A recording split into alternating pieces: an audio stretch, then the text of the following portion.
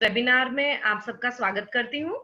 मैं entrepreneurship development institute of India EDII Ahmedabad based institute है, वहां पर एज अ फैकल्टी काम करती हूँ।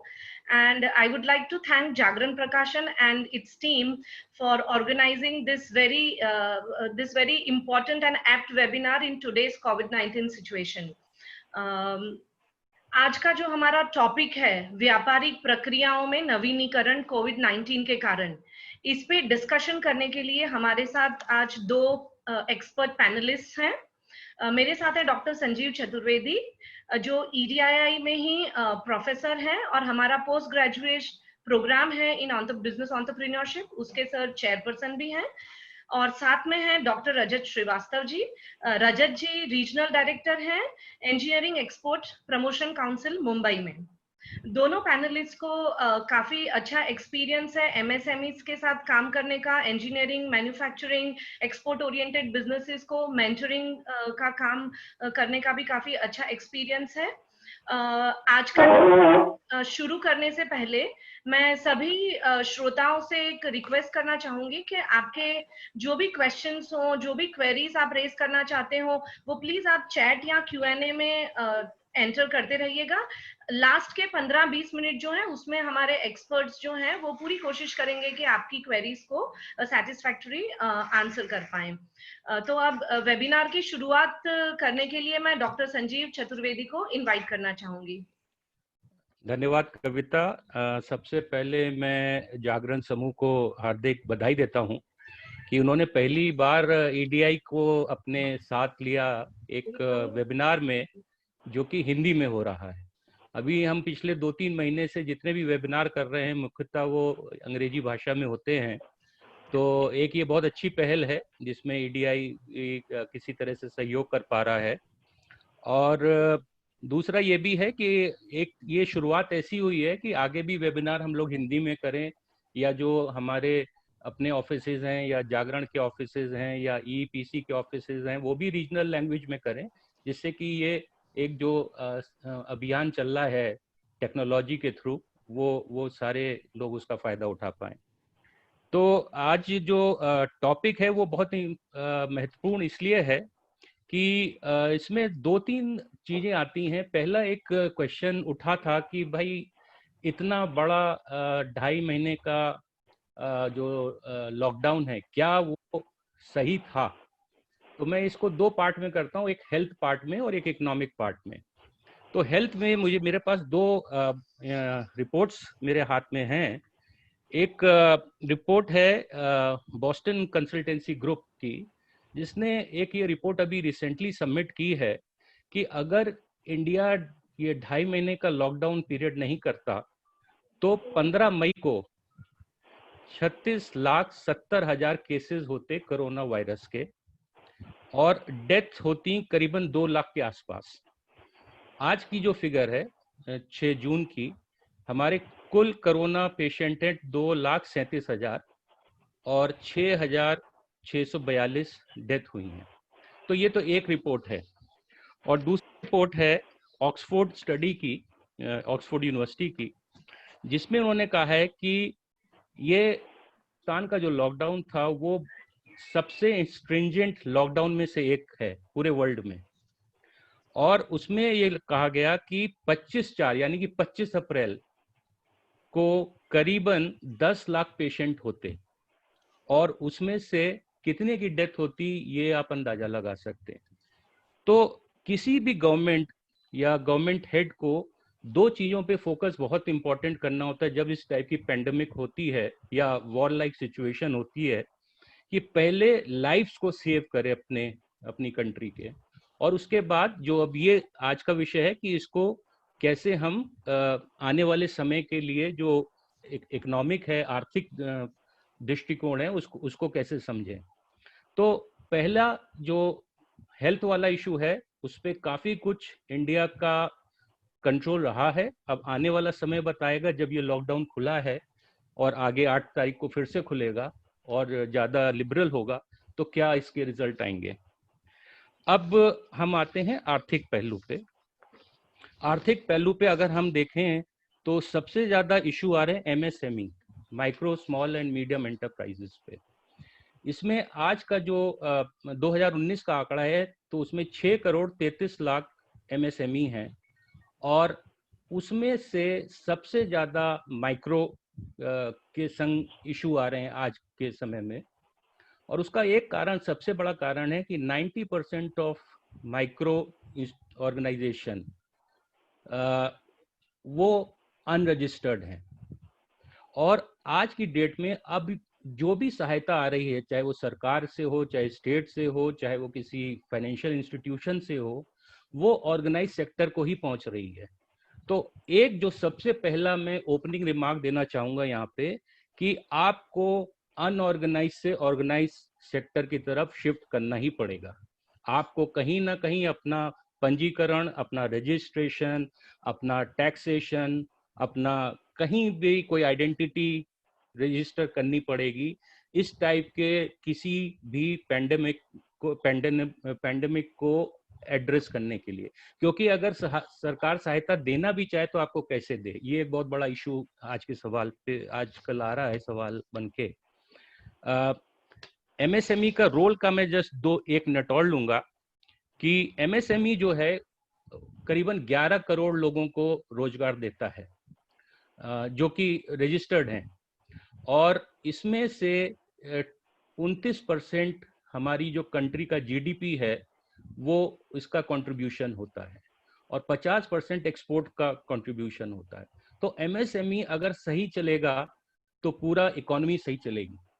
और आज का जो हम ये अभी अनदर 40-50 मिनट यहाँ पे आप लोग से इंटरेक्शन करेंगे, वो यही करेंगे कि किस तरह अनऑर्गेनाइज से ऑर्गेनाइज की तरफ आए, और किस तरह आप अपने को तैयार रखें आने वाले समय के लिए, क्या अपॉर्चुनिटी आएंगी, क्या थ्रेट्स आएंगी, उस पर हम लोग थोड़ा सा बात करेंगे। पर इससे पहले मैं अपने पैनलिस्ट डॉक्टर रिजत श्रीवास्तव को भी इनवाइट करूंगा कि वो अपना ओपनिंग रिमार्क दें, और उसके बाद हम लोग फिर इसको आगे लेके चलते हैं। शुक्रिया डॉक्टर चतुर्वेदी।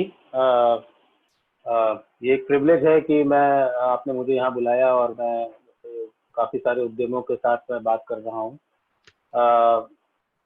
ये बात पक्की है कि ये बड़े अनप्रेसिडेंटेड टाइम्स हैं और काफ़ी चैलेंजिंग एनवायरनमेंट में हमारे MSME को सर्वाइव करना पड़ रहा है।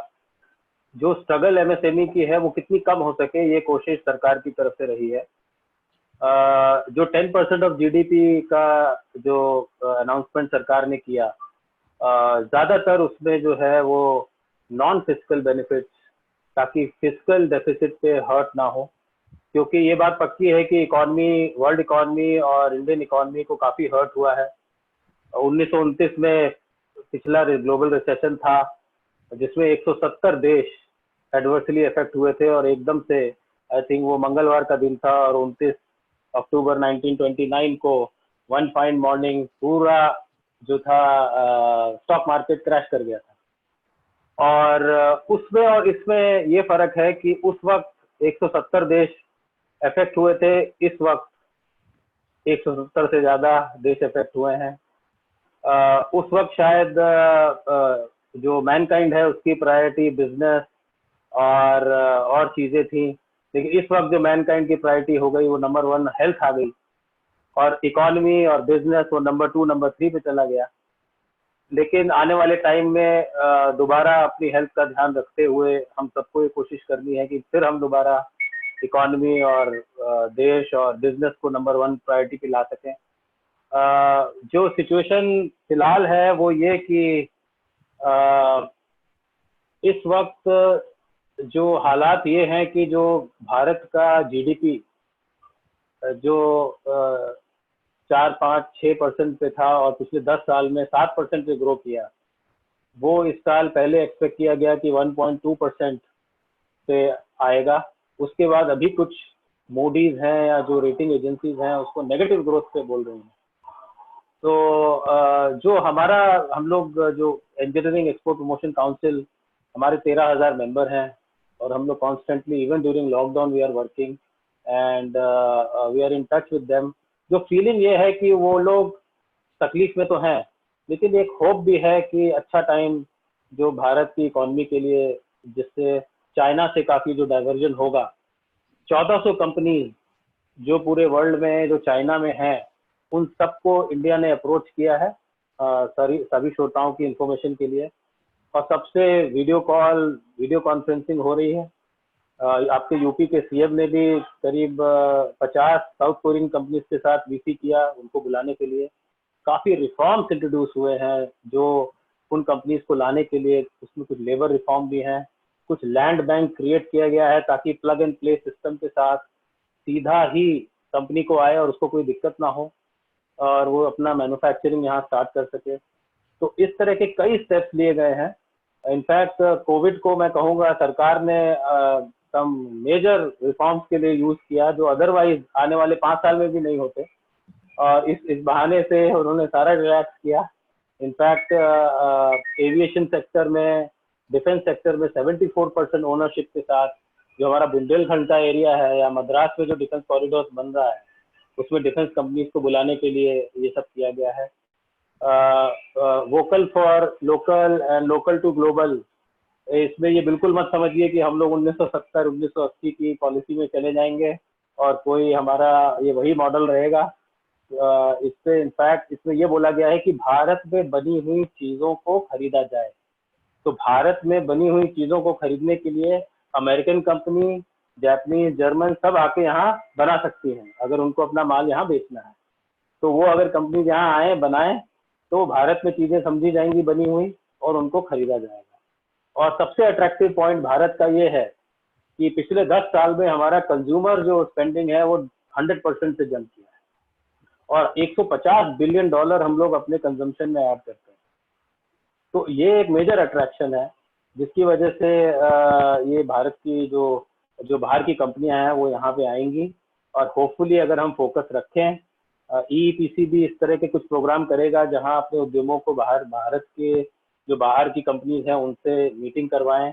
एक वर्चुअल एग्जीबिशन भी हम लोग लॉन्च करने जा रहे हैं और काफ़ी इंसेंटिव्स भी उसमें देंगे पार्टिसिपेशन करने के लिए। तो ये सारे एफर्ट्स हैं जो हम चाहेंगे कि अभी टाइम आ गया है कि फॉरवर्ड देखने का। अभी जो कोविड है उसके साथ हमको जीना पड़ेगा। हो सकता है महीने 2 महीने में दवा भी आ जाए तो I think we will be very happy to survive. Yes Chaturvedi ji, अब ये बात तो सबने एक्सेप्ट कर ही लिया। अभी लॉकडाउन 5 का नाम ही गवर्नमेंट ने अनलॉक 1 रख दिया है, राइट? और अभी हम लोगों को सबको वी हैव टू को एग्जिस्ट विद कोरोना, ये एक नया स्लोगन आ रहा है, न्यू नॉर्मल एंड को एग्जिस्ट विद कोरोना। तो अभी जैसे सभी लोग जानते हैं कि इंडिया के पास लेबर और इंफ्रास्ट्रक्चर का काफी अच्छा बेनिफिट है कि हम फॉरेन की कंपनीज को चाइना ना जाते हुए हमारी तरफ उन्हें डाइवर्ट कर सकते हैं, इन्वेस्टमेंट्स अट्रैक्ट कर सकते हैं। लेकिन जब एमएसएमईज की कैपेबिलिटीज की बात आती है, जब वो वर्ल्ड क्लास एमिनिटीज और फैसिलिटीज की बात आती है, तब वहां मतलब आप कुछ बताना चाहेंगे कि एमएसएमई किन एस्पेक्ट्स में अपने आप को ज्यादा स्ट्रेंथन करे ताकि वो इस पोजीशन का खूब अच्छे से इस अपॉर्चुनिटी का लाभ ले पाए? जी, देखिए एमएसएमई की एक सबसे बड़ी दुविधा उनकी 2 थी। एक तो ये कि वो मास स्केल प्रोडक्शन नहीं कर पा रहे, अपनी टेक्नोलॉजी को नहीं अपग्रेड कर पा रहे थे। दूसरा ये था कि उनके पास कोई इंसेंटिव भी नहीं था, क्योंकि जो हमारी एमएसएमई की डेफिनेशन थी वो सालों से वही 1 करोड़ पे 5 करोड़ पे रुकी हुई थी। अभी सरकार ने जो है एमएसएमई की डेफिनेशन को बदला है, बड़ा वेलकम स्टेप है। जो माइक्रो यूनिट है वो अभी 1 करोड़, 5 करोड़, 50 करोड़ करके मीडियम सबका न्यू डेफिनेशन दिया है सरकार ने, जिसकी वजह से पहले ये होता था क्योंकि वो अगर नई मशीनें लगा के इन्वेस्ट करता, उससे ये होता कि वो एमएसएमई की डेफिनेशन से बाहर चला जाता और उसको सारे जो बेनिफिट मिलते हैं वो बनना बंद हो जाते थे। पर अभी ये एमएसएमई की नई डेफिनेशन आने के बाद उनको इस चीज़ का बिल्कुल डर नहीं है। वो लोग अभी कोशिश करेंगे कि नई मशीनें, नई कैपिटल गुड्स ला के अपने को अपग्रेड करें। मैं ये समझता हूँ कि कोविड एक वेकअप कॉल है हम सबके लिए। जो भारत 75% बनाता है और एक्सपोर्ट करता है, इनफैक्ट जो मैन्युफैक्चरिंग 75% गुड्स की है वो वर्ल्ड में चाहिए ही नहीं, इनफैक्ट उनकी डिमांड ही नहीं है वर्ल्ड में, और वो हम बनाते हैं। वो चूंकि उनकी खपत, चूंकि वो लो वैल्यू एडिशन आइटम है, वो इंडिया में उनकी खपत है, वर्ल्ड के लिए बनाते ही नहीं है। तो ये एक ऐसी अपॉर्चुनिटी है, अपने श्रोताओं को मैं बताना चाहता हूँ कि अभी हम वो बनाए जो वर्ल्ड को चाहिए, और उसके लिए हमने कुछ प्रोडक्ट्स भी आइडेंटिफाई किए हैं जो हम हमें अपने एमएसएमई को गाइड कर सके। In fact 3000 products engineering non engineering ऐसे आइडेंटिफाइड हैं जिसका हम इतना इंपोर्ट करते हैं और उसका इंपोर्ट रोक के हम यहाँ मैन्युफैक्चरिंग कर सकते हैं। और इंजीनियरिंग में भी हमने आइडेंटिफाई किए हैं करीब 200 के करीब आइटम, 300 के करीब आइटम, जिसको हम जो है यहाँ पे मैन्युफैक्चर कर सकते हैं। और सरकार ने ये भी एक नीति आयोग ने स्टडी की कि 10 लाख करोड़ का इंपोर्ट हम इंडिया ऐसे प्रोडक्ट्स का करता है जो इंडिया ऑलरेडी कॉम्पिटिटिव, उसको एडवांटेज है, लेकिन वो फिर भी इंपोर्ट कर रहा है बाहर से। और अचरज की बात यह है कि इंडिया को वो प्रोडक्ट उस मार्केट में एक्सपोर्ट करने का अलाउ नहीं है। तो ये इतनी बड़ी डेफिशिएंसी जो इतने सालों से चली आ रही थी, वो सरकार कोशिश कर रही है कि इसको रोका जाए। अब अगर अगरबत्ती और लाइट और पटाखे भी चाइना से आएंगे तो ये बड़ा दुखद बात है। हम चाहेंगे कि हमारे उद्यमी इसमें आगे आए और इसका प्रोडक्शन बढ़ाएं। बिल्कुल बिल्कुल। मैं कविता इसी में ऐड करूंगा, बल्कि जो रजत जी ने बोला कि चाइना से बहुत सी कंपनियां इंडिया में आ रही हैं और यूपी के सीएम ने काफी इसमें प्रोएक्टिव रोल भी किया है। अभी मेरी 2 दिन पहले एक हमारा ही स्टूडेंट है जो कि मोरबी एक जगह है अहमदाबाद के पास, और सिरेमिक्स में वो डील करती है, उनकी फैमिली बिजनेस है। तो जहाँ पहले इनकी सिरेमिक टाइल्स 7 या 8 कंटेनर जाते थे और बाकी वो लोग चाइना से लेते थे बाहर की कंपनीज, अचानक से इनको 15 कंटेनर का ऑर्डर मिला है, और वो भी एडवांस पेमेंट पे। मतलब पहले तो होता था कि आप माल भेज दीजिए, उसके बाद उनको समझ में आएगा तो वो पेमेंट करेंगे, लेकिन इस वक्त हाल ये है कि लोग चाइना से निकलना चाहते हैं और इंडिया को वो फोकस करना चाहते हैं। और इसके संदर्भ में जो माइग्रेंट लेबर से भी एक इशू कनेक्टेड है इसी वाक्य में, कि इस स्टूडेंट के फैमिली के पास जो फैक्ट्रियां हैं उसमें करीबन 400 एम्प्लॉइज थे। तो इन 400 एम्प्लॉइज का इन्होंने पूरे 3 महीने ख्याल रखा, पूरी पेमेंट की, सैलरी की, उनका खाना पीना, मेडिकल, और इवन उनके लिए टीवी भी लगवाए कि जिससे कि उनका एंटरटेनमेंट होता रहे। उनको घर बात करने के लिए एडिशनल फोन दिए कि आप घर पे कांटेक्ट रखें। अब ये 400 एम्प्लॉय इनके लाइफ लॉन्ग कह लीजिए कि सहयोगी हो गए हैं। तो जो एक माइग्रेंट लेबर्स का हम लोगों ने इशू भी देखा जो कि बड़ा दर्दनाक था, हम लोग टीवी पे देखते थे या कुछ लोगों ने अपने शहरों में भी देखा, कि अगर हम सही समय पे सही लोगों की मदद करेंगे तो ये एक बहुत बड़ा गेस्चर होता है, न केवल उस आदमी के प्रति बट ह्यूमैनिटी के तरफ भी।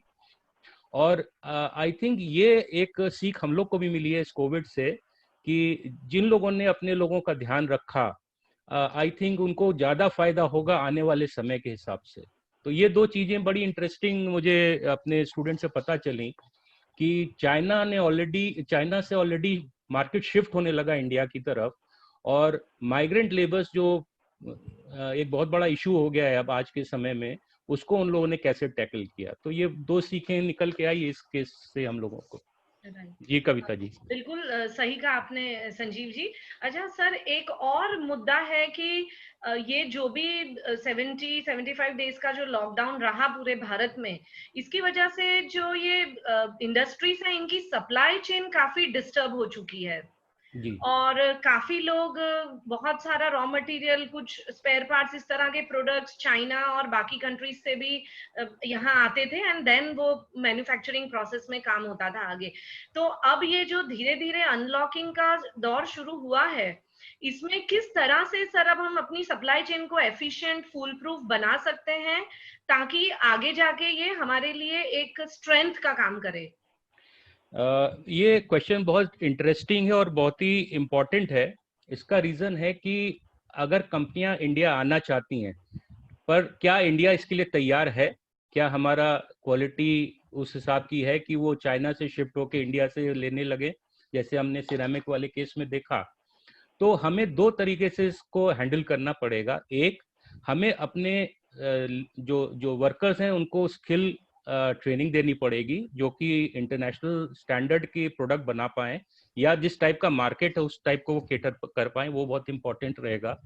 और दूसरा, हमको उस टाइप की टेक्नोलॉजी लानी पड़ेगी। आज की डेट में वो मशीनें, वो इक्विपमेंट्स, वो प्रोसेसेस जिसमें वेस्टेज कम हो, ज़्यादा प्रोडक्शन हो, क्योंकि ये चाइना का यूएसपी था कि वो मास प्रोडक्शन करके उसका प्राइस नीचे ले आता था और वेस्टेज बहुत कम रखता था। तो वो टेक्नोलॉजी भी हमें इंपोर्ट करनी पड़ेगी। ऑब्वियस सी बात है कि चाइना तो हमें नहीं देगा, लेकिन हमें कहीं और से लेनी पड़ेगी। और बहुत सी कंट्रीज जैसे साउथ कोरिया है, मलेशिया है, ताइवान है, जहाँ से, या फिलीपींस हैं, जो कि अब मैन्युफैक्चरिंग सेंटर्स बन गए हैं। यहाँ से ये टेक्नोलॉजी लाके और इक्विपमेंट्स लाके उस पर ट्रेनिंग देके, आई थिंक जितनी जल्दी लोग काम करेंगे उतनी जल्दी ऑर्डर्स इंडिया में आना चालू हो जाएंगे। तो ये सप्लाई चेन को ये केटर कर पाएंगे। जी रजत। इसमें एक पॉइंट और मैं जोड़ना चाहूंगा, जो हमारे प्रधानमंत्री ने भी अपने एड्रेस में कही कि जब लॉकडाउन हुआ 24 मार्च को, हमारे देश में एक भी PPE kit, personal protection equipment kit नहीं बनता था। सैनिटाइजर्स बहुत कम मात्रा में बनते थे। आज हम 3 lakh with in span of 3 month.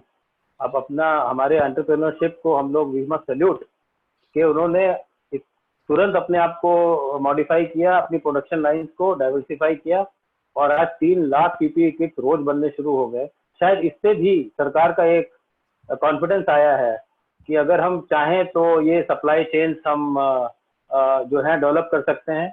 कुछ प्रोडक्ट्स इंजीनियरिंग आइटम्स के हैं, जैसे जो चाइना से आ रहे हैं और बाहर से, जैसे फॉर एग्जांपल बॉल बेयरिंग। हमारे यहाँ बॉल बेयरिंग्स बनाने वाली कई कंपनियां हैं अहमदाबाद में, पंजाब में, लेकिन जो कुछ वैल्यू एडेड बॉल बेयरिंग्स हैं वो नहीं बनते हैं। तो वो अगर हम यहाँ बनाना शुरू करें। कुछ और प्रोडक्ट्स हैं, ग्लास बीड्स हैं, देन वॉशिंग मशीन्स हैं जो यहाँ नहीं कम बन रही हैं, बन सकती हैं। ये कुछ प्रोडक्ट्स हमने आइडेंटिफाई किए हैं। Wooden furniture, tricycle, scooters. आज की डेट में बाइसाइकिल इंडस्ट्री, हमारा एक पैनल है लुधियाना में बाइसाइकिल का, maximum orders are coming from Europe, क्योंकि यूरोप में उन्होंने चाइना से सारा साइकिल जाता था, चाइना से लेना बंद किया। अब इतना ऑर्डर आ रहा है, I think almost 80% bicycle manufacturers are booked till the month of जनवरी।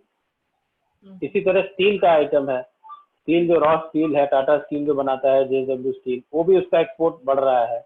और खुशी की बात यह है कि हमारे जो ट्रेड डेफिसिट था चाइना के साथ, वो बहुत कम हो गया है, और हमारा सरप्लस उसके साथ, मतलब ये है कि जो एक्चुअल इंपोर्ट है वो कम आ गया है। तो ये एक हो गया। और हो सकता है वो शायद अभी फॉर द टाइम में वियतनाम से ले रहे हों, लेकिन भारत में भी ये जरूरी है कि हमारे उद्यमी अभी आगे आए और देखें कि कौन से प्रोडक्ट बन सकते हैं। हम उनकी मदद करेंगे प्रोडक्ट आइडेंटिफिकेशन में, और कुछ सरकारी सहायता भी है, कुछ फंड क्रिएट किए गए हैं जिसकी मदद वो ले सकते हैं। 3 लाख करोड़ रुपए का एमएसएमई के लिए कोलैटरल फ्री लोन अरेंज किया गया है। वो बैंकों को इन्फॉर्मेशन आ गई है, आप लोग अप्रोच कर सकते हैं।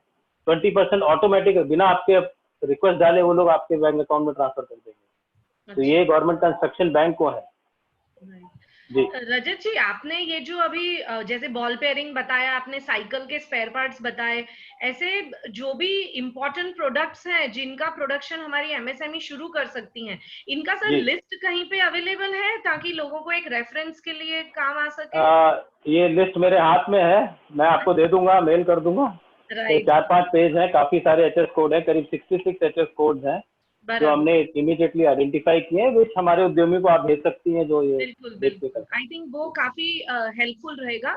और एक सवाल मैं और आप दोनों से करना चाह रही थी सर, कि जैसे ये कोविड की वजह से जो जॉब मार्केट है वो काफी पैरालाइज्ड हुआ है, काफी लोगों की जॉब चली भी गई है, ओवरऑल रिक्रूटमेंट सब जगह फ्रीज हो चुके हैं। तो ऐसे में अगर कोई न्यू एंटरप्राइज सेटअप करने का डिसीजन जो है, वो डिसीजन कैसा रहेगा और उसके लिए क्या स्टेप्स फॉलो करने पड़ेंगे, ये काफी श्रोता जानना चाह रहे हैं सर। देखिए, जॉब लॉसेस तो काफी हैं। इनफैक्ट हमारी एक स्टडी के हिसाब से करीब 136 मिलियन जॉब नुकसान होने वाला है।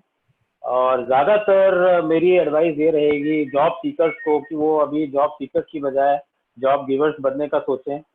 अब ये जो पीपीई किट्स बनने शुरू हुए हैं, ज्यादातर इसमें about 40% of them were in some different business और सम डिफरेंट एक्टिविटी जिन्होंने ये स्टार्ट किया। और एक ही इशू ये है कि जो जॉब लॉसेस का कि करीब 28 मिलियन जॉब्स जो हैं वो विदाउट एनी रिटन कॉन्ट्रैक्ट्स हैं मैन्युफैक्चरिंग सेक्टर में, और नॉन मैन्युफैक्चरिंग ट्रेडिंग सेक्टर में 49 मिलियन जॉब्स जिनका कोई राइटिंग में कॉन्ट्रैक्ट नहीं। सिमिलरली 59 मिलियन जॉब्स हैं सर्विसेज में। Total 137 million jobs are at risk, जिनका जो काम कर रहे हैं इनफॉर्मल सेक्टर में जहाँ पे कोई अपॉइंटमेंट लेटर इशू नहीं होता है, तो उनकी एक बड़ी चैलेंज है। और ये जितने भी माइग्रेंट लेबर अपने बिहार, यूपी और बंगाल में गए हैं, फिलहाल तो उनको जो मनरेगा है उसके तहत कुछ हेल्प मिल रही है, पर मैंने ये भी सुना है कि कुछ लोग अब आना भी चाहते हैं वापस यहाँ पे अपने अपने जगह पे, ताकि वो दोबारा ज्वाइन कर सकें। जो नए उद्योगों की बात रही, उसमें मैं आपको बता दूं कि मेन इशू ये रहता है नए उद्यमी के साथ जो अभी नया नया प्लांट लगाने जा रहा है कि उसको फंड कहाँ से मिले। तो सरकार ने इसी जो एक 20 लाख करोड़ का जो पैकेज था, इसी में इन्होंने एक स्कीम लेके आए हैं जिसमें वो विदाउट एनी कोलैटरल लोन देंगे एसएमई सेक्टर को, और उसमें 4 साल का मॉरेटोरियम भी है, मतलब उनको 4 साल तक ब्याज नहीं पे करना है। तो ये 3 लाख करोड़ पे 4 साल का ब्याज नहीं करना है, और एक 50,000 करोड़ का अलग एक फंड बनाया है नए एमएसएमई के लिए, जो एकदम फ्रेश एमएसएमई है, जिनका कोई बैकग्राउंड नहीं है। बस ये है कि उनकी प्रोजेक्ट रिपोर्ट अच्छी होनी चाहिए, किसी अच्छे सीए से बनवाएं, प्रोजेक्शंस अच्छी हों ताकि बैंक को कॉन्फिडेंस लगे। और बैंक्स को भी इंस्ट्रक्शन दिया गया है, हालांकि बैंक्स मानते नहीं है, काफी श्रोता मेरी बात से एग्री करेंगे, गवर्नमेंट की कई बात वो मानते नहीं है, लेकिन फिर भी इस बार काफी उनको प्रेशर डाला गया है कि आप जो है थोड़ा लिबरल बनिए लोन देने में नए उद्यमी को। और मैं इसी में रजत आपकी बात से बिल्कुल सहमत हूँ। एक दो चीजें इसी में बैंकिंग से रिलेटेड है जो कि मेरे अपने स्टडी में मैंने देखा कि बैंकर्स के पास एक बहुत बड़ा इशू आता है कि जब क्लाइंट उसका पेमेंट नहीं कर पाता, और ये एक बहुत ही कंट्रोवर्शियल चीज रही है पिछले 5-6 साल में। हमने देखा है बड़े उद्यमी भाग गए देश छोड़ के, तो अभी बैंकर भी डरता है। बट बैंकर से जब हम लोग बात करते हैं, चाहे वो ईडीआई के माध्यम पे हो या किसी और फोरम पे, तो वो ये कहते हैं जो आपने बात कही कि बिजनेस प्लान, एक डीपीआर, डिटेल प्रोजेक्ट रिपोर्ट अगर अच्छी है, बैंकेबल है, तो हमारे पास पैसे की कमी नहीं है। और जो हम और अनऑर्गेनाइज से ऑर्गेनाइज सेक्टर की तरफ जाने की बात कर रहे हैं, तो बैंक का रोल बहुत इंपॉर्टेंट है आपको किसी भी तरीके से हेल्प करने के लिए। तो आपका कांटेक्ट पॉइंट अगर बैंकर है और वो आप उसके संग आपको विश्वास है उसका आपके ऊपर, तो मुझे लगता है इस देश में पैसे की कोई कमी नहीं है, आप जितना बड़ा प्रोजेक्ट लगाना चाहें आज की डेट में भी। और लास्टली में इसमें बैंकर्स में बिल्कुल एग्री करूंगा आपका कि बहुत बार बैंकर्स के पास पैसा होता है बट वो शायद उतना नहीं सुनते जितना उनका रोल होना चाहिए। बट फिर भी बैंकर का इम्पोर्टेंस पूरे स्कीम्स के डिस्ट्रीब्यूशन ऑफ वेल्थ में बहुत इम्पोर्टेंट होता है बैंक के थ्रू या फाइनेंशियल इंस्टीट्यूशन कोई हो तो। जी, इसमें डॉक्टर चतुर्वेदी एक पॉइंट और मैं बताना चाहूंगा मेंबर्स को, श्रोताओं को, कि इसमें जो लोन दिया जाएगा एमएसएमई को, नए उद्यमी को, इसकी जो गारंटी है वो सरकार देगी।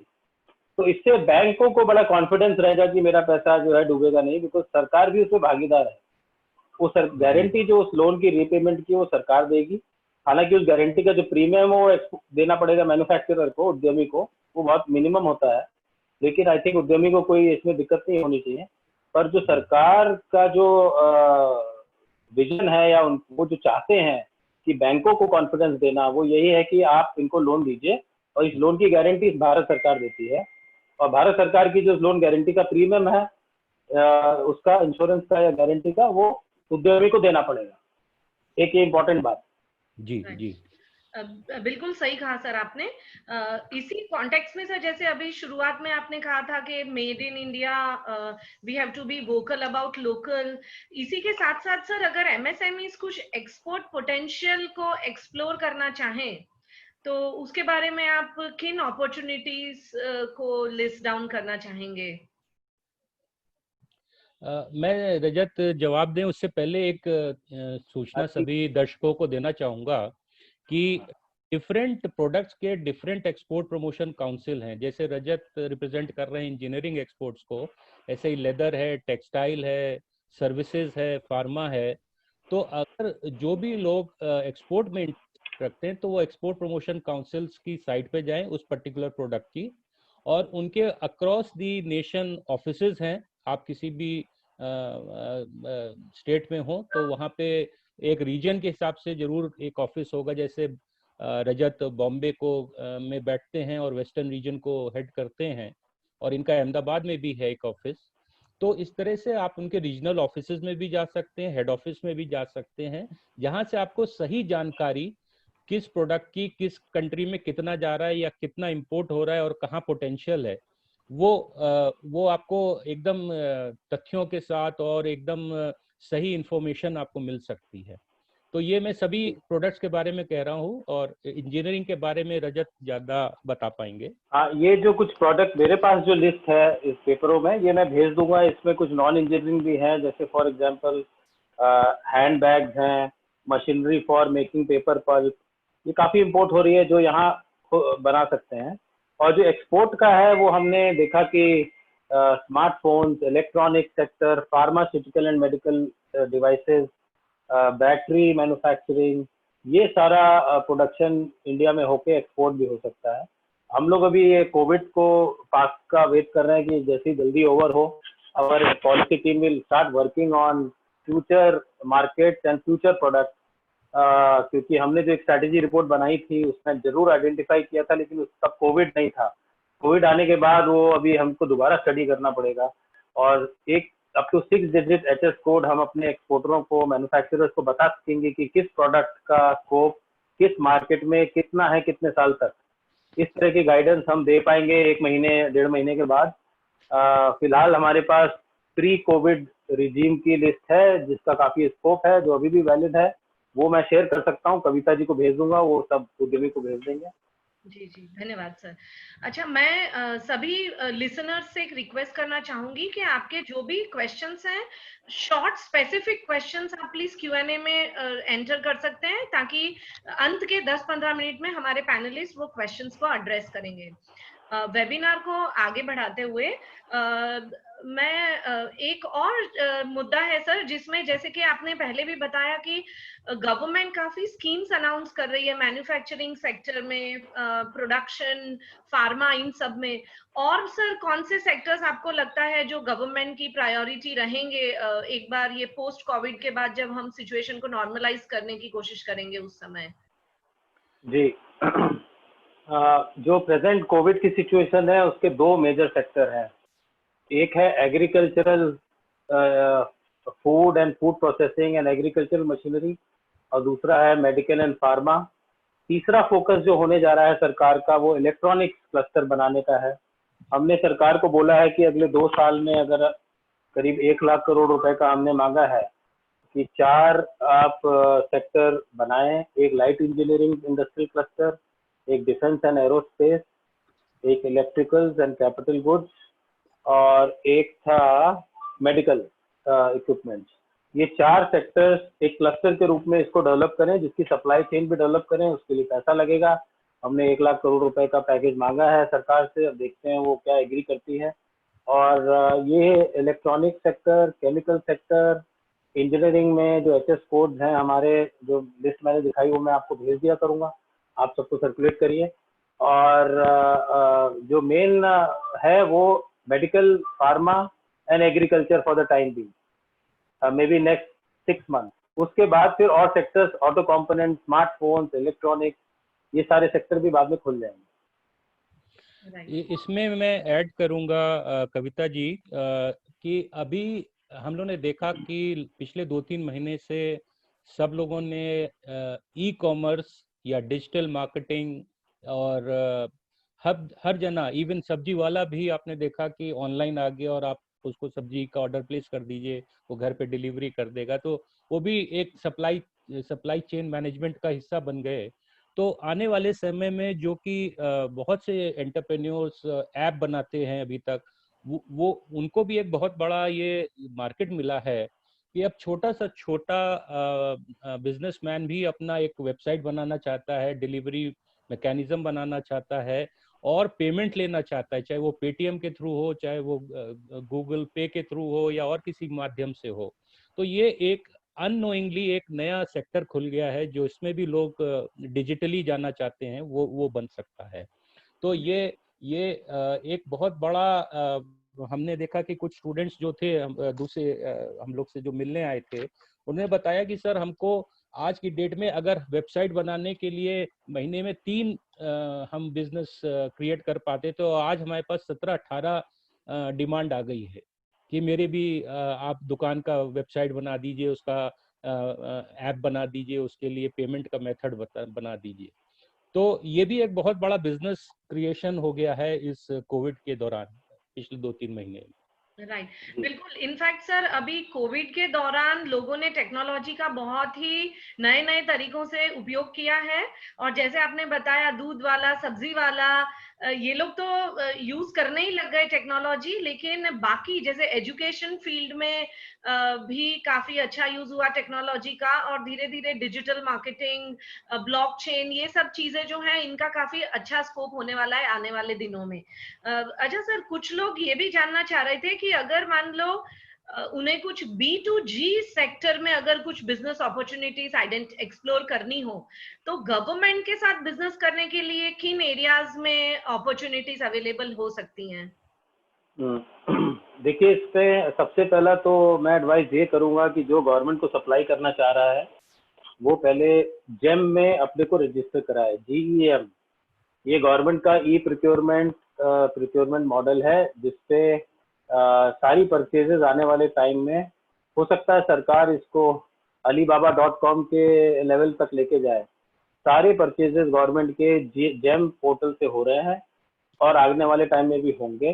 सिस्टम में कुछ कमियां थी जो काफी दूर हुई अभी आजकल, और भी सिस्टम इम्प्रूव कर रहा है। तो एक गवर्नमेंट को सप्लाई करने के लिए जेम में रजिस्ट्रेशन जरूरी है।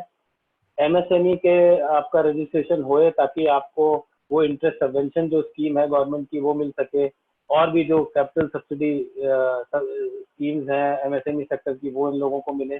और उसके बाद जो गवर्नमेंट का 2-3 जो इनकी रेगुलेशंस है, वो ये कि करीब 30% प्रोक्योरमेंट सरकार के हर उपक्रम को MSME सेक्टर से करना है।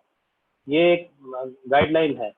और उसमें अगर उद्यमी SC/ST कैटेगरी को है, तो उनका भी कुछ शेयर रिजर्व है। और वुमेन MSME सेक्टर को भी, जो वुमेन एंटरप्रेन्योर हैं, उनके लिए भी कुछ रिजर्वेशन है इसी 30% पे। तो ज़्यादातर आप देखेंगे MSME जो सप्लायर्स हैं, वो आजकल गवर्नमेंट की तरफ अट्रैक्ट हो रहे हैं। सबको अपना, और almost every public sector undertaking का ऑनलाइन रजिस्ट्रेशन हो गया है। जेम के साथ आपको, फॉर एग्जांपल, आप BHEL में सप्लाई करना चाहते हैं या मारुति उद्योग में सप्लाई करना चाहते हैं, तो आपको उनकी वेबसाइट पे जाके ऑनलाइन वेंडर रजिस्ट्रेशन कराना पड़ेगा। या विशाखापट्टनम स्टील प्लांट है, बड़ी बड़ी कंपनियां हैं, कोल इंडिया लिमिटेड है, तो उनके यहाँ ऑनलाइन है सब। कोई ऐसा भागा दौड़ी की बात नहीं है। अगर किसी को कोई तकलीफ आती है तो वो EEPC को कांटेक्ट कर सकता है। वी कैन कनेक्ट देम और विद देम डायरेक्टली। और इसमें यही है कि आप लोग देखिए, क्योंकि 30% रिजर्वेशन MSME सेक्टर प्रोडक्ट के लिए है, और अगर वो L1 नहीं है, L2 भी है टेंडर में, तो भी उनको 5 से 10% की प्रेफरेंस है MSME को।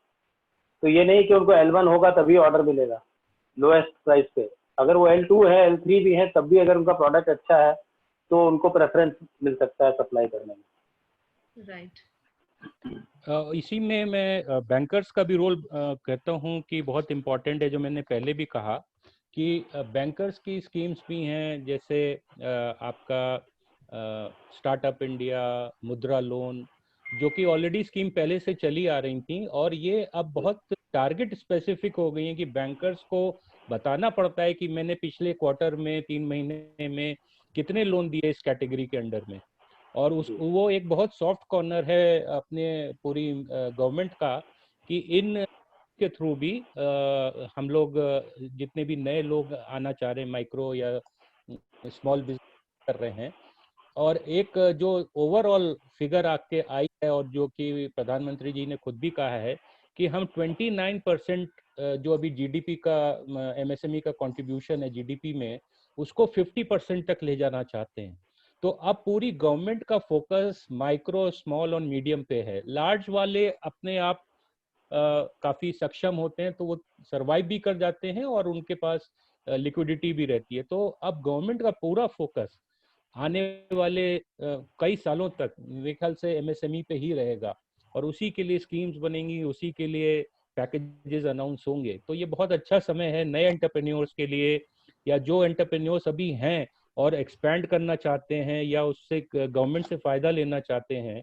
और जस्ट लास्ट में मैं ऐड करूंगा कि जेम पोर्टल की जो बात की डॉक्टर रजत ने, जेम पोर्टल में एक हम, क्योंकि मैं पहले नेशनल इंस्टीट्यूट ऑफ एमएसएमई में करता था काम, तो उसमें हम लोग के पास इंस्ट्रक्शन था कि हमारा पहला जो हम कोई भी चीज परचेज करेंगे उसको पहले जेम में देखेंगे।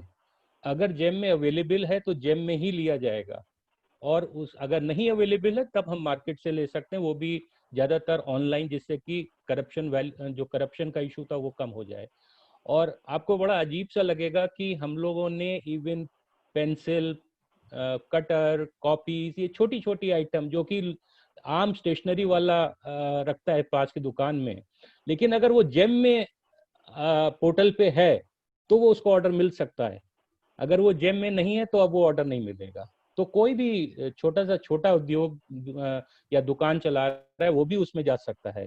और इसी तरह हम लोग ने एसी खरीदते थे अपने ऑफिसेज के लिए, अपने इंस्टीट्यूशंस के लिए, तो वो भी जेम से आता था। तो ये एक बहुत बढ़िया पोर्टल है और इसको बहुत गवर्नमेंट का फोकस है इस पे। और इसी से रिलेटेड है लेट पेमेंट। मान लीजिए मैंने पेमेंट नहीं किया, तो वो भी एक मैकेनिज्म है और उसको सेक्रेटरीज ऑफ द मिनिस्ट्री खुद मॉनिटर करते हैं। तो आप ये समझ सकते हैं कि कितनी इम्पोर्टेंस है एमएसएमई की आज की डेट में प्रेजेंट गवर्नमेंट के ओवरऑल पॉलिसी डिसीजंस में। जी कविता जी। यस, ये जेम पोर्टल जो है वो वाकई में एक बहुत अच्छा इनिशिएटिव है गवर्नमेंट का, एंड ये बहुत जरूरी है एमएसएमईज के लिए कि वो इस पोर्टल पे अपने आप को रजिस्टर करें। और इवन जो ई टेंडरिंग प्रोसेस है गवर्नमेंट का, वो भी अब इसी से होने लग गया है। तो काफी ये फुल प्रूफ ट्रांसपेरेंट सिस्टम है, उसका फायदा एमएसएमईज को उठाना ही चाहिए। इसके अलावा सर, जैसे अगर हम नए एंटरप्राइज सेटअप की जब बात करते हैं, काफी एमएसएमईज में ये कंफ्यूजन है कि गवर्नमेंट की इतनी सारी स्कीम्स अनाउंस हो रही हैं, लेकिन उसका डायरेक्ट बेनिफिट लेने के लिए उसका कोई सर ऐसा स्पेसिफिक प्रोसेस है या कोई वेबसाइट है जिस पे जाके वो लोग रजिस्टर कर सकते हैं? ये हैंड होल्डिंग सपोर्ट या इंसेंटिव लेने के लिए प्रोसेस क्या है सर? आप इसके बारे में कुछ जानकारी दे पाएंगे? जी देखिए, जो जितनी भी स्कीम्स आई हैं उसके जो कस्टोडियंस हैं वो जो हमारे बैंक हैं, शेड्यूल बैंक, वो हैं। कुछ स्कीम्स हैं जैसे stand up India, startup India. Stand up India तो एकदम नए उद्यमी के लिए है, जिसमें वो लोग कोलेटरल भी नहीं मांगते हैं, अप टू 10 करोड़। और वो सिडबी से गवर्न होती है, small industries development bank of India. In fact ये इनके वेबसाइट पे सारे नंबर अवेलेबल हैं। कोई दिक्कत आती है तो people can contact me, I can connect to them. कुछ स्कीम्स हैं जो एमएसएमई मिनिस्ट्री, जो एमएसएमई डीआई है, डिस्ट्रिक्ट इंडस्ट्री सेंटर जिनको पहले बोला जाता था, उनके थ्रू गवर्न होती हैं।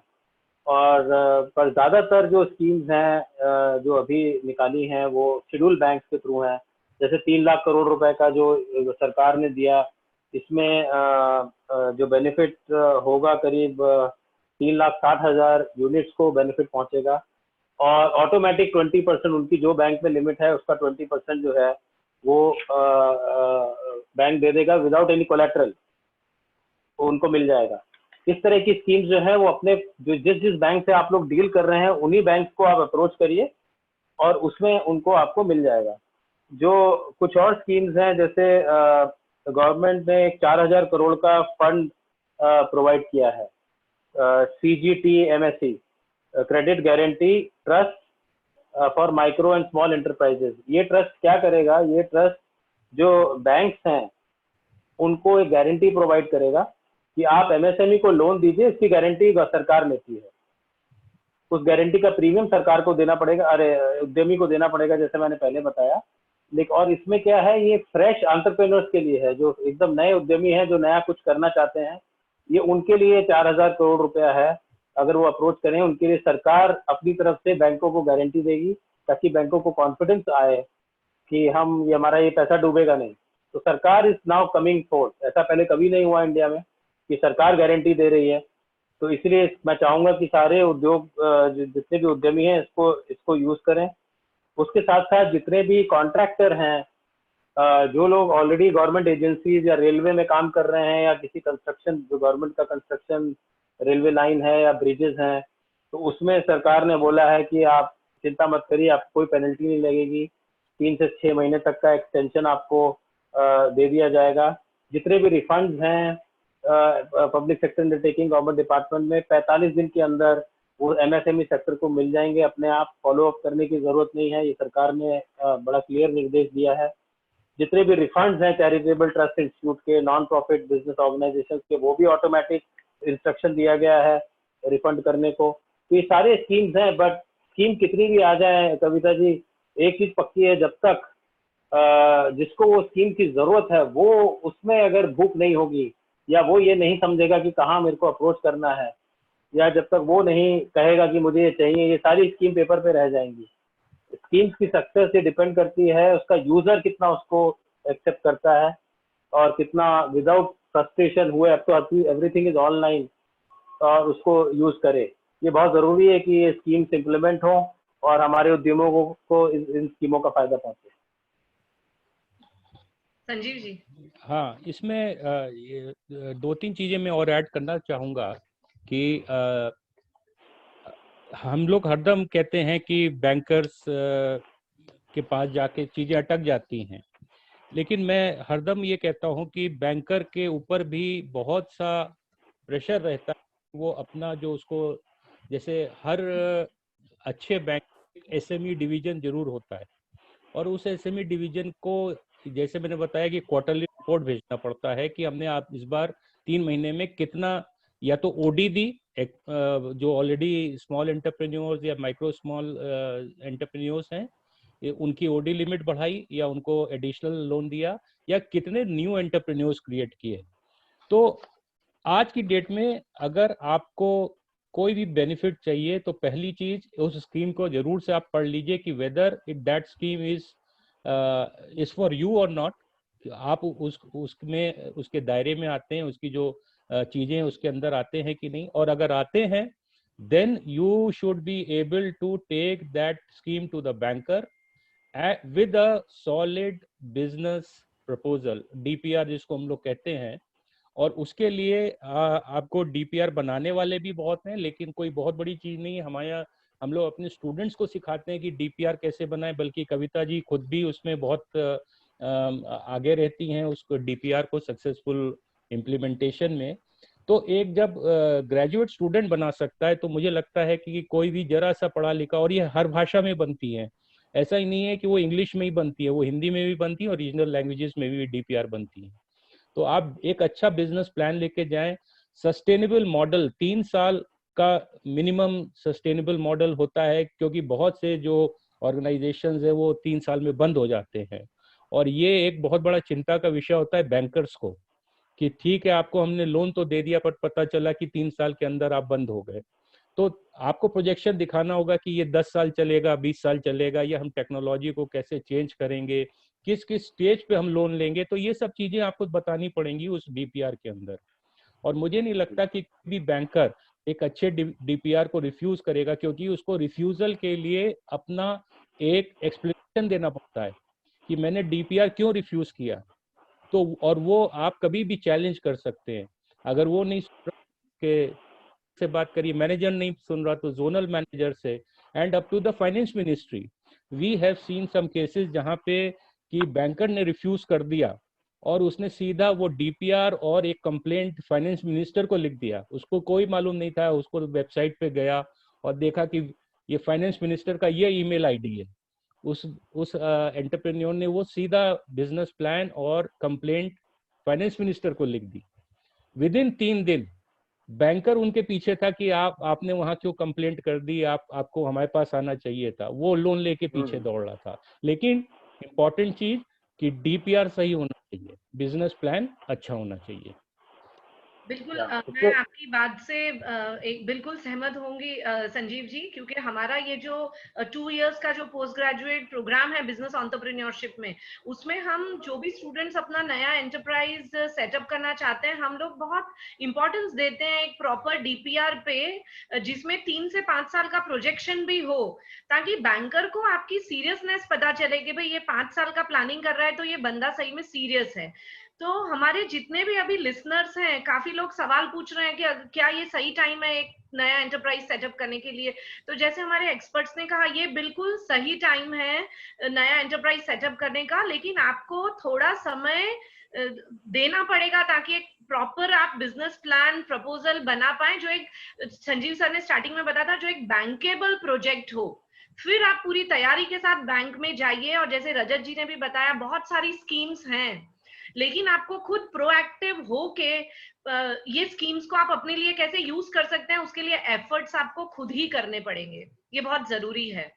एंड संजीव सर, काफी पार्टिसिपेंट्स जो हैं वो पूछना चाह रहे थे कि क्या ये सही टाइम है इलेक्ट्रॉनिक गुड्स के मैन्युफैक्चरिंग में जाने का, और उसके बाद ये प्रोडक्ट्स को एक्सपोर्ट करने की अपॉर्चुनिटीज अभी मिल पाएंगी क्या? नहीं, बिल्कुल। रजत, आप जवाब देना चाहेंगे?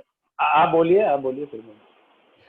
बहुत सही समय है। इनफैक्ट जो चीज चाइना से जा रही है वो रेडिली अवेलेबल मार्केट है हमारे लिए आज की डेट में, और बहुत सा इलेक्ट्रॉनिक आइटम, बहुत से फार्मास्यूटिकल आइटम्स और इक्विपमेंट, मशीनरी, ये सब चाइना से एक्सपोर्ट हो रहे थे। तो आज की डेट में वो उसका जो एक मेजर रिप्लेसमेंट कंट्री है वो इंडिया है। जहाँ तक इलेक्ट्रॉनिक्स की बात है, मैं आपको ऑनेस्टली बताऊं कि अभी बहुत सी जो बड़ी कंपनीज हैं वो ऑलरेडी यहाँ फोकस कर रही हैं अपनी कंपनीज को शिफ्ट करने के लिए फ्रॉम चाइना। तो उनको वो हर चीज़ खुद नहीं बनाते हैं, वो उसको उनको भी कंपोनेंट्स चाहिए होते हैं। अगर एक मान लीजिए कार बन रही है तो उसमें कम से कम 5,000 6,000 पार्ट्स लगते हैं। इसी तरह हर मशीन के अंदर भी पार्ट्स लगते हैं। तो इसी तरह इलेक्ट्रॉनिक्स में भी है, हर चीज मैन्युफैक्चरिंग जायंट खुद नहीं बनाता, उसको भी कहीं से सप्लाई लेता है।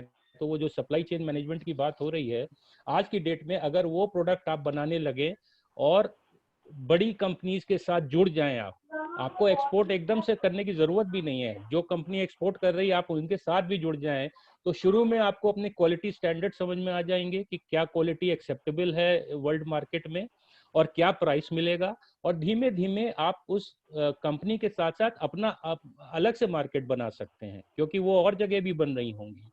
तो मुझे लगता है कि ये बहुत अच्छा समय है इलेक्ट्रॉनिक गुड्स के लिए, इलेक्ट्रॉनिक सप्लाईज के लिए, इलेक्ट्रॉनिक सप्लाई चेन मैनेजमेंट के जितने भी पार्ट्स हैं उसके लिए। आई थिंक ये गोल्डन अपॉर्चुनिटी है। रजत, आप कुछ ऐड करना चाहें? हाँ, इस पे मैं यही ऐड करना चाह रहा था। जब आप कहते हैं कि ये समय सही है, तो वो समय का जो टाइम पीरियड है, with in next 3 to 6 month, आप इस वक्त आप ये 6 महीने के अंदर कुछ भी करें, आपको इतना टाइम लग जाएगा एस्टेब्लिश होने में, कोई चीज़ को समझने में। It is absolutely perfect time. जो कुछ मैं सवाल देख रहा हूँ चैट पे, एक दो नंबर मैं देना चाहूँगा, क्योंकि आप लोग सेमिनार में आए हैं तो कुछ फ़ायदा भी होना चाहिए। सिडबी ऑर्गेनाइजेशन जो मैंने बताया, लखनऊ में हेड ऑफिस इसका है, इसमें एक मेरे अच्छे जानकार हैं, mister Ashok Kumar Pandey, is general manager. इनका नंबर आप लोग लिख लें, अगर मैं बोल देता हूँ, ताकि आप ये जितनी स्कीमें, जो 20 लाख करोड़ पैकेज जो है बहुत बड़ा लगता है, लेकिन इनसे समझेंगे तो ये अच्छी तरह से आप इनका यूज कर सकते हैं। इनका टेलीफोन नंबर है 0522 426 1669। मैं रिपीट करता हूँ, 0522 426 1669। ये 669 जो है इनका एक्सटेंशन है। और एक डॉक्टर आर.के. सिंह है इनके अंडर में। इनका ईमेल आईडी है, मेरे पास नंबर नहीं है, singhrk@sidbi.in। तो ये आप नोट कर लें। ये जो स्कीमें आई हैं, जो मैंने आपको बताई, स्टैंड अप इंडिया और स्टार्टअप इंडिया, ये फायदा पहुंचाएंगे। एक एमएसएमई के बड़े अपराइट ऑफिसर हैं, बड़े अच्छे दोस्त हैं यहाँ बॉम्बे में, उनका नाम है मिस्टर धनंजय जौहरी। उनका मैं टेलीफोन नंबर दे देता हूँ। उन्होंने ये भी बोला कि मेरा मोबाइल नंबर भी देंगे तो चलेगा, कोई दिक्कत नहीं है। तो he is MSME assistant director mister Dhananjay Johari. इनका नंबर है 088-794-05522। मैंने ये दो नंबर रिपीट करेंगे? 088 794 हाँ 05522। ओके। तो इन लोगों को इनफैक्ट EDI अगर चाहे तो EPC, सिडबी और धनंजय जी एक दिन एक प्रोग्राम कर सकते हैं हम तीनों मिलके। और क्या एक्सपोर्ट तो फैसिलिटी है, इससे फायदा रहेगा। और ये जितने लोग सुन रहे हैं उनको बड़ा फायदा रहेगा अगर ये लोग इनके टच में आ जाए और सीधा इन स्कीमों का फायदा उठा सके। जी थैंक यू रजत, ये नंबर उनकी इंफॉर्मेशन शेयर करने के। आई थिंक कुछ जो घर ले जाने वाली चीजें भी बहुत इंपॉर्टेंट होती हैं किसी वेब सेमिनार के थ्रू, तो वो आपने प्रोवाइड कर दी हैं। मैं एक सवाल देख रहा हूँ रिटेल के ऊपर, रिटेल शॉप का। शायद ये 2-3 क्वेश्चन का समय रह गया है। तो रिटेल के लिए एक बहुत इंपॉर्टेंट चीज है कि पहला तो आप अगर अपनी रिटेल शॉप खोलना चाह रहे हैं तो बहुत अच्छी बात है, क्योंकि ये चीज ऐसी है कि इसमें क्रेडिट पे माल मिलता है और कैश में आप डिलीवरी करते हैं, तो ये बहुत इंपॉर्टेंट होता जा रहा है। और खासकर डिजिटल पेमेंट में आप पेमेंट करेंगे तभी डिलीवरी होगी। बट इसके साथ साथ जैसे अभी आपने देखा कि रिलायंस का जो जियो है उसमें फेसबुक ने ज्वाइन किया, एयरटेल को अभी अमेजोन उसके शेयर्स ले रहा है। तो ये 2-3 चीजें जो बड़ी होने वाली हैं आने वाले समय में, वो है एक तो रिटेल सेक्टर एंड दूसरा of course social media end of course telecom. तो इसमें अगर आप जुड़ना चाहते हैं और खासकर रिटेल पे क्वेश्चन है, तो मैं ये सजेस्ट करूंगा कि आप अपना तो जो रिटेल शॉप खोलना चाहते हैं या रिटेल स्टोर खोलना चाहते हैं, बट बड़े जो पोर्टल्स हैं उन पे जरूर आप जुड़िए, क्योंकि वो एक बहुत बड़ा आपको टर्नओवर दे सकते हैं आने वाले समय में। क्योंकि जैसा मैंने देखा अभी तक हम लोग मैन्युफैक्चरिंग की और इंडस्ट्री की बात कर रहे हैं, बट अगर कंज्यूमर को भी आप देखें, कंज्यूमर भी चेंज हो गया इन 3 महीनों में। आज की डेट में हम दुकान पे जा के विंडो शॉपिंग नहीं करना पसंद करेंगे जब तक कि हमको वैक्सीन नहीं आ जाएगी, बल्कि हम चाहेंगे कि हर चीज ऑनलाइन पे हम देखें, ऑनलाइन पे खरीदें और ऑनलाइन ही डिलीवरी हो जाए। वो भी दरवाजे के बाहर खड़ा रहे और वो ड्रॉप कर दे और मेल कर दे कि आप पे डिलीवरी हो गई है। तो आज की डेट में कंज्यूमर का भी स्टडी बहुत इंपॉर्टेंट है किसी भी बिजनेस में जाने के लिए, कि कैसे चेंज हुआ है पिछले 3-4 महीने में। और ये जो इसको पकड़ लेगा, इसको समझ लेगा, वो कंज्यूमर को भी अप्रोच कर पाएगा और बड़ी कंपनीज को भी अप्रोच कर पाएगा और ओवरऑल अपना टर्नओवर आने वाले समय में, सालों में बढ़ा सकेगा। जी एक सर, आई थिंक एक लास्ट क्वेश्चन जो अभी हम लेना चाहेंगे आप लोगों के द्वारा। जैसे शुरुआत में वेबिनार के बात हुई थी कि फार्मा, हेल्थ, IT, डिजिटल, ये सेक्टर्स में काफी स्कोप है अभी पोस्ट कोविड सिचुएशन में। आप सर एग्रीकल्चर सेक्टर में क्या अपॉर्चुनिटीज हैं उसके बारे में कुछ क्विक हाइलाइट्स देना चाहेंगे सर? मेरे से सवाल है रजत, आप करें। सर देखिए, मैं तो इंजीनियरिंग एक्सपोर्ट प्रमोशन काउंसिल से जुड़ा हूँ, तो एग्रीकल्चर पे ज़्यादा आइडिया नहीं रहेगा। लेकिन ये है कि जो एग्रीकल्चरल मशीनरी है, एग्रीकल्चरल या फूड प्रोसेसिंग प्लांट्स हैं, उसके बारे में तो मैं आपको बता दूं कि काफ़ी स्कोप है। अभी इंडिया का भी एक्सपोर्ट जो प्राइमरी एक्सपोर्ट हुआ करता था, अभी हम लोग सेकेंडरी एक्सपोर्ट में शुरू हो गए हैं आना। तो अगर हम रॉ मटेरियल की जगह अगर उसको आलू की जगह अगर आलू का चिप्स बना के बेचे तो ज़्यादा प्राइस मिलता है, जबकि आलू की खपत भी आलू के चिप्स में कम है। तो वैल्यू एडिशन की तरफ फूड प्रोसेसिंग इंडस्ट्री जो है, मैं एक सवाल देख रहा था जिसमें वो पूछ रहे थे इसमें कैसे एंटर किया जा सके। तो मैं यही सजेस्ट करूंगा, देखिए हम लोग तो फूड प्रोसेसिंग का कुछ डेटा बता सकते हैं कि क्या स्कोप है, कितना डिमांड है, एक्सपोर्ट है, लेकिन स्टार्ट कैसे करना है उसके लिए आपको एक प्रोजेक्ट रिपोर्ट चाहिए, जिसके लिए काफ़ी लोग मार्केट में अवेलेबल हैं जो इन प्रोजेक्ट रिपोर्ट्स को बनाते हैं और इसी फील्ड के एक्सपर्ट हैं। तो आप लोगों को उनके टच में आना पड़ेगा, उनकी जो भी फीस है देनी पड़ेगी और उसके हिसाब से अपना डिसीजन लेना पड़ेगा कि ये बिजनेस कितना प्रॉफिटेबल है, कितना उसका पेबैक पीरियड है, और बैंक में अपना जमा करना पड़ेगा। जिस भी प्रोडक्ट सेक्टर से आप जिसको पसंद करते हैं, उसके पीछे आपको एक बार लगना तो पड़ेगा, उसके एक्सपर्ट से बात करनी पड़ेगी, उनके प्रोजेक्ट रिपोर्ट बनानी पड़ेगी, तब जाके काम होगा। जो ऑर्गेनाइजेशन हम लोग हैं, ईडीआई है, हम लोग सिर्फ डाटा दे सकते हैं आपको और ये गाइड कर सकते हैं कि इसका फ्यूचर कितना है। बाकी उसको जो कार्यान्वित करना है, लैंड लेना है, प्रोजेक्ट रिपोर्ट बनाना है, वो सब आपको एक कंसल्टेंट के थ्रू करना पड़ेगा। जी हाँ, मैं जैसे ये भी सजेस्ट करूंगा जो पार्टिसिपेंट एग्रीकल्चर में जाना चाहते हैं कि एग्रीकल्चर यूनिवर्सिटीज के भी अभी बहुत हेल्प करते हैं न्यू एंटरप्रेन्योर्स को, ना केवल डेटा में बट डिफरेंट लोगों से कनेक्ट कराने में। आप किस फील्ड में जाना चाहते हैं, एग्री प्रोसेसिंग भी एक बहुत बड़ा फील्ड है, उसके भी डिफरेंट वर्टिकल्स हैं, उसमें आप किस में जाना चाहते हैं। और मैं जस्ट एक छोटा सा एग्जांपल लास्ट में शेयर करूंगा। अभी हमारा एक क्रेडल करके इंक्यूबेशन सेंटर है ईडीआई के प्रीमाइसेस में। उसमें एक स्टूडेंट एक प्रोजेक्ट कर रहा है जो कि ड्रोन से फर्टिलाइजर का छिड़काव करेगा। तो वो ड्रोन क्या करेगा, पहले एक आपके सॉइल की टेस्टिंग करेगा एक दूसरे ऐप से, और वो बताएगा कि आपको इस क्रॉप के लिए कितना फर्टिलाइजर या कितना उसके लिए आपको दूसरी दवाइयों की जरूरत है। और जो काम पिछले एक मान लीजिए फार्म में 4 दिन में होता था, वो अब केवल कुछ 6 या 7 घंटे में कर देगा। तो आपका कॉस्ट भी बढ़ता है, उसकी इक्वल डिस्ट्रीब्यूशन भी होता है, जो भी फर्टिलाइजर है या और कोई दवाई छिड़कते हैं बहुत से लोग प्लांट के ऊपर। तो टेक्नोलॉजी को एग्रीकल्चर से उसने जोड़ दिया।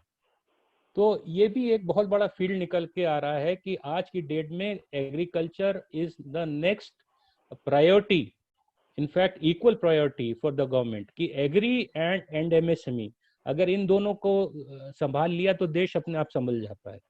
तो एग्रीकल्चर में भी आपके डिफरेंट वर्टिकल्स हैं, किसमें आपका इंटरेस्ट है। तो आप इन एग्रीकल्चर इंस्टीट्यूशंस हैं जो कि बहुत सालों से रिसर्च कर रहे हैं और आज की डेट में वो फोकस कर रहे हैं न्यू एंटरप्रेन्योर्स पे, तो उनसे भी आप मदद ले सकते हैं। जी संजीव, इसमें एक पॉइंट और मैं ऐड करूंगा। देखिए, जो हम लोगों ने स्टडी की है, सरकार ने, भारत जो है सिर्फ अपने उत्पाद का 6% ही ऐसा एक्सपोर्ट करता है जो जिसको हम वैल्यू एडेड कह सकते हैं, जो हाईटेक है। बाकी 94% ऐसा है प्रोडक्ट है हमारे जो वैल्यू एडिशन में काफी लो है। आने वाले टाइम में ये हमेशा हुआ है कि पहले सारे प्रोडक्ट इंग्लैंड में बनते थे, जब फर्स्ट इंडस्ट्रियल रेवोल्यूशन आया तो धीरे धीरे वो जर्मनी में शिफ्ट हो गए। अभी इंग्लैंड आज की डेट में रोल्स रॉयस का इंजन बनाता है, गैस की उसकी माइनिंग है, और स्कॉच और चॉकलेट पे वो सर्वाइव करते हैं। बाकी सारी मैन्युफैक्चरिंग जर्मनी चली गई, जर्मनी से चाइना आ गए। तो नेचुरली अब इंडिया का भी अभी एक ट्रांजिशन फेज है। जो लो वैल्यू एडेड प्रोडक्शन है उसमें कोई मार्जिन नहीं है, उसमें रिसेशन में सबसे पहला इफेक्ट इन्हीं वैल्यू प्रोडक्ट पे आता है। तो मेरी गुजारिश ये रहेगी सारे पार्टिसिपेंट के साथ, जितना नया, जैसे डॉक्टर संजीव ने बताया, अब वो ड्रोन से छिड़काव कर रहे हैं, दिस इज समथिंग न्यू। जितना नया वैल्यू एडेड एडिशन प्रोडक्शन होगा, आपकी बिजनेस एक्टिविटी होगी, उतना आपको मार्जिन मिलेगा, उतना आपको आपके लॉन्ग सर्वाइवल रहेगा और रिसेशन का कम से कम इफेक्ट पड़ेगा। तो 94% हमारा अभी नॉन वैल्यू एडेड प्रोडक्शन है। काफी लो वैल्यू के फास्टनर हैं, साइकिल्स हैं। साइकिल तो 2-2 लाख रुपए की भी बनती हैं, लेकिन वो शायद इंडिया नहीं बनाता।